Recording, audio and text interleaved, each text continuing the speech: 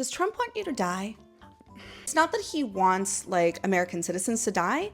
It's that he prefers that like the oil executives, and he just prefers that they live.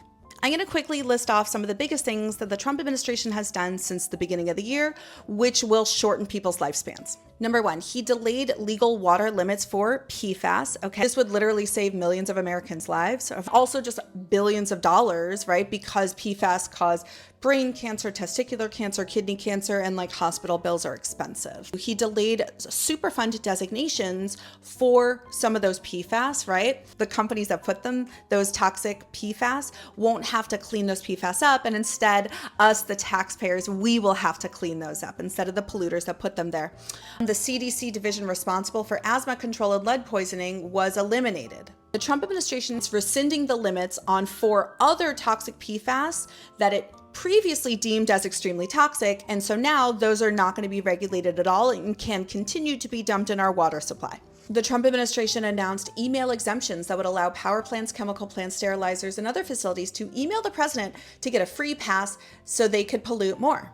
Trump appointed a longtime pesticide lobbyist named Kyle Kunkler to serve as the nation's top pesticide regulator at the EPA. He literally lobbied to expand the use of glyphosate and atrazine. This is literally the opposite of what Maha and RFK Jr. pledged to do. These are also the very pesticides that RFK Jr. put in his Maha report for their potential links to chronic illness in children.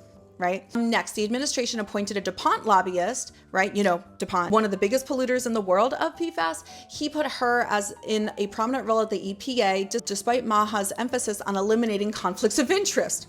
They're bad at that. Trump just suspended the pesticides record-keeping rule with the USDA, so now farms don't have to keep track of all the extra deadly pesticides that they use. Congress scrapped the methane polluters fee, so legislation was introduced in Congress to prohibit the EPA from using the Integrated Risk Information System.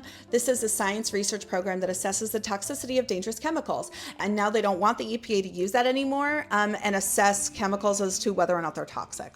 The Trump administration is also trying to reverse the ban on trichloroethylene, TCE, which is a highly toxic chemical found in industrial solvents. Trump also signed an executive order attacking state climate laws and has sued states like California, New York, and Vermont. The House and Senate voted to overturn an EPA rule that protected communities from 7 highly toxic air pollutants. The resolution was signed into law by President Trump in June, making this the first time Congress has weakened protections under the Clean Air Act.